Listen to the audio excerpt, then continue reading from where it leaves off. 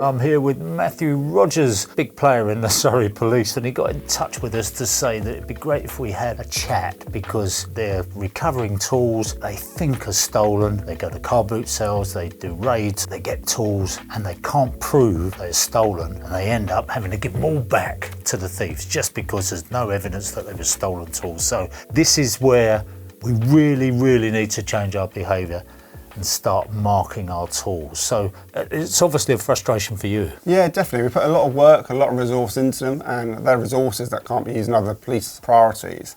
So when we put this time and resource into seize all these tools, we want to see an outcome. We want to see these people charged. We want to see them being dealt with. But if we can't prove these tools are stolen, then we're really restrict on what we can do. So what your bosses are saying to you, look, you just spent 6 months pursuing this line, you've got no conviction, go off and do something else. Yeah. We've got to balance our priorities with the public. Yeah. And if we're going to spend a large amount of time and resource dealing with something and then there's no result on the end of it, that's going to affect our ability to then try and get encourage people to want to do the same again next time. You were telling me that D&M tools, that we know very well, they have an annual show, we go to that, and you went to them with an initiative, did you, to mark tools? D&M are very pro, and we worked with them, and they've got a great show that goes on at Sandown Park and Kempton. Speltham Borough Council very kindly helped us buy some kits from a tool marking company. So we attended the show with Paul, and we marked up people's tools when they brought them.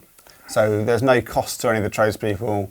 We were doing the markings, there's no time wastage for them. But unfortunately, we had quite a slow uptake on getting the tools marked, even when they're paid for by ourselves, even when we're them give a hard time to mark them, there's still a very slow uptake. What were you using, engraving or invisible pens or what? There's some forensic marking, and we're putting like a DNA, effectively. You paint it like a clear nail varnish on a tool. Yeah. Each tool will then have its unique formula to it. Yeah. And then under a microscope, that'll tell you, give you a barcode, and that'll be registered to the correct owner. Now, if you're somebody buying tools, you're a builder, can you buy this marking kit yourself or not, or is it too specialist? No, you can buy it. There's some good manufacturers. You've got Datatag, you've got SelectaDNA, are a couple that we've used, but there's some other really good manufacturers. If you go on our Secured by Design website, that's going to give us some approved manufacturers. And then you mark it up, each of your tool.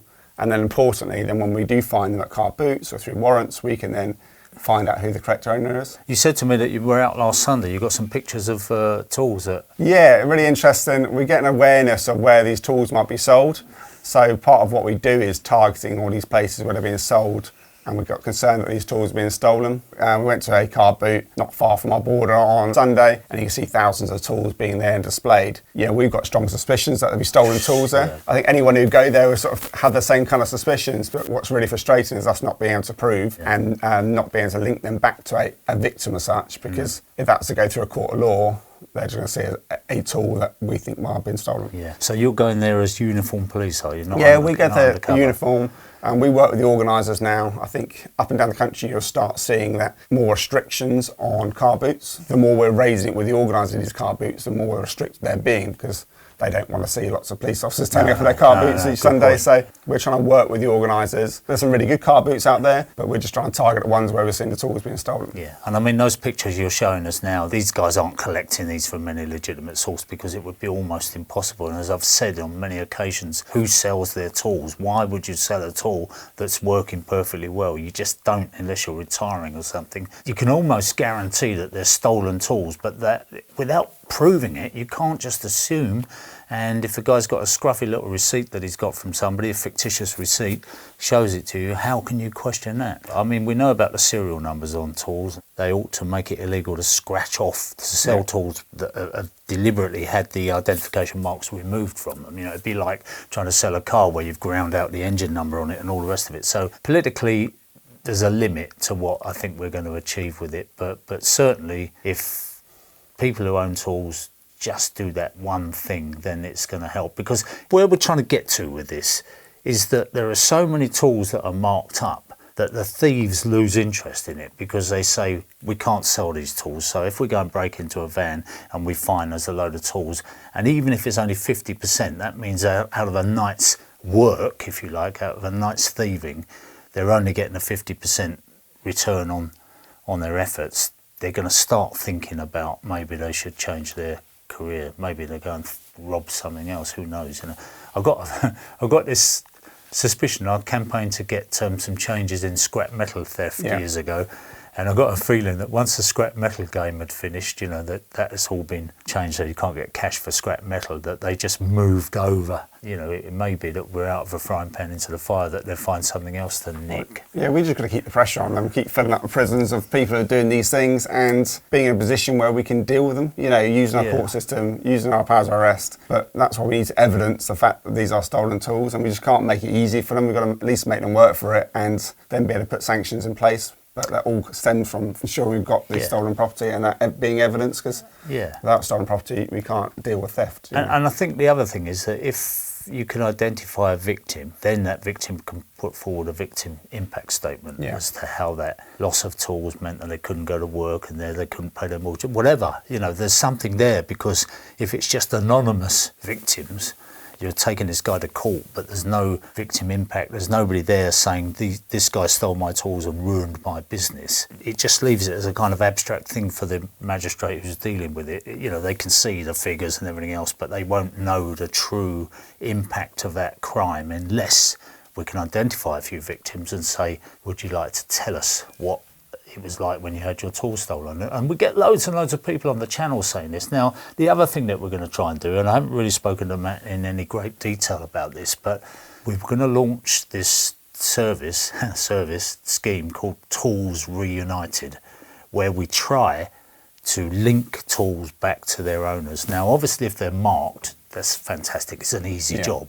But for other tools, when these tools are seized, we can start photographing them, and at least you can have a look at them and say, is that my tool? I recognise that for some reason. Again, without marking, without doing anything at all, we're still in this thing of you've got to prove it's yours. But I think that if we start showing these tools and the work you're doing in seizing these tools, I don't know, where'd you keep them? We have our property stores where we store them now, but police force up and down the country, like ourselves, we've seized a lot of tools. Kent had a cracking job a couple of weeks ago. They seized thousands of tools, and they're going through like a national campaign to try and locate those the rightful owners of those tools now. But you just get property stores full of Makita, DeWalt, red, teal or yellow tools everywhere, and you might get some initials on them or a company name, but they might have been stolen from somewhere else in the country. So. Yeah, and then they moved, aren't they? I've heard this before, that they would steal them in the West Country and take them, and everything's moving around the country. Makes it really tricky.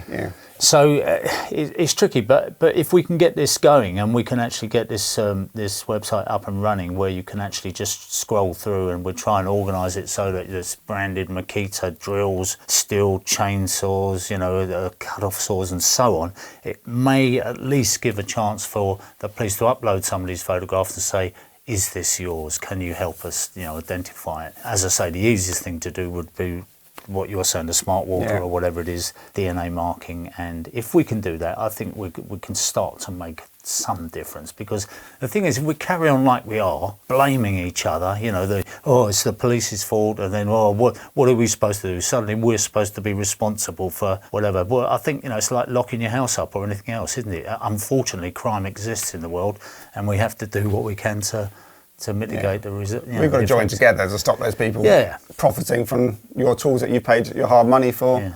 The more results we kind of get from it, the more we can drive sort of a positive momentum within the police to take more action. I know Surrey's very keen. Kent doing some really good work as well. We're working with Met on Sunday, so there is that interest. But the more results we can get from it, if we can arrest people and link them to multiple amounts of tools, that gives us a stronger case to when we put them in front of court. So look, it's not just one person. 15 people have been affected by this person. You need to deal with them robustly. So just for sake of argument, if you seized a load of tools, supposing you seized 300 tools, which are, it's not an exaggeration, is it? In many cases, you get a lot more than that. So if you seize those tools and you could prove that 15 of them was stolen, at least you'd have a case to go forward on.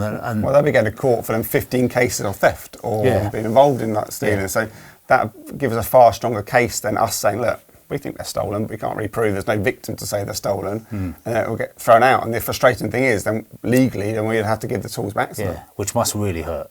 Yeah, it really hurts. It doesn't decentivise them. They want to do it again because they're making money from doing that. We just really got to stop the supply chain of them doing it, make it as hard as we can for them to make money from it. make sure we can reunite the tools with the correct owners and deal with the people involved, but it's got to be a bit of a team effort to do it. Yeah. Please don't keep putting those comments underneath saying it's somebody else's fault, because we know it's not our fault. Obviously, we're just trying to go to work, do a day's work, and we don't expect to get robbed. But unfortunately, in this world, and you can blame, everyone says who's to blame with various groups of people, but it doesn't really matter who it is. The point is it's happening, and we've got to stop it, and we haven't managed to stop it so far. And if we just carry on with this malaise, if we carry on with this indifference, if you like, we're getting nowhere. I'm grateful to Matt. It's great to meet you, and I'm sure we're going to work together. And you're going to let us know about the operations you've been doing. As you say, you're active, aren't you, all over the place? Yeah, definitely. We're trying to work with our partners and surrounding forces, do the best we can. But yeah, the more we strengthen our position, the more we can deal with those involved. You know, it's not our fault. It's not the owner's fault, but there are people who are doing it. But we just got to join together to target them, haven't we? Yeah, and at some point, as you said, your bosses are going to look round and say, if you're not getting a result, move on. Don't bother about that. We've got other crimes that you may actually be able to get a result on. And it's all about getting convictions in the end, isn't it? Yeah, and we want to deal with the people and show that like the time that we spend on doing something is worthwhile time, because, you know, paid for by the members of the public, and we've got to use our time efficiently. So we kind of want to show that it's worthwhile. It's inevitable we're going to get comments underneath. We're saying, oh, the police are useless, the police are this and that. And to some extent, you know, they know the situation. You phone them up and say, I've just had my van broken into. I've had, you know, a load of tools stolen. They say, are they marked up? And you say no. And they say, well, so what are we going to do about that then? You know, so you've got no positive identification on those tools. You can't even begin the process of trying to recover them. So there you are. I can't say this enough. I think I have said it enough, but it's over to you now.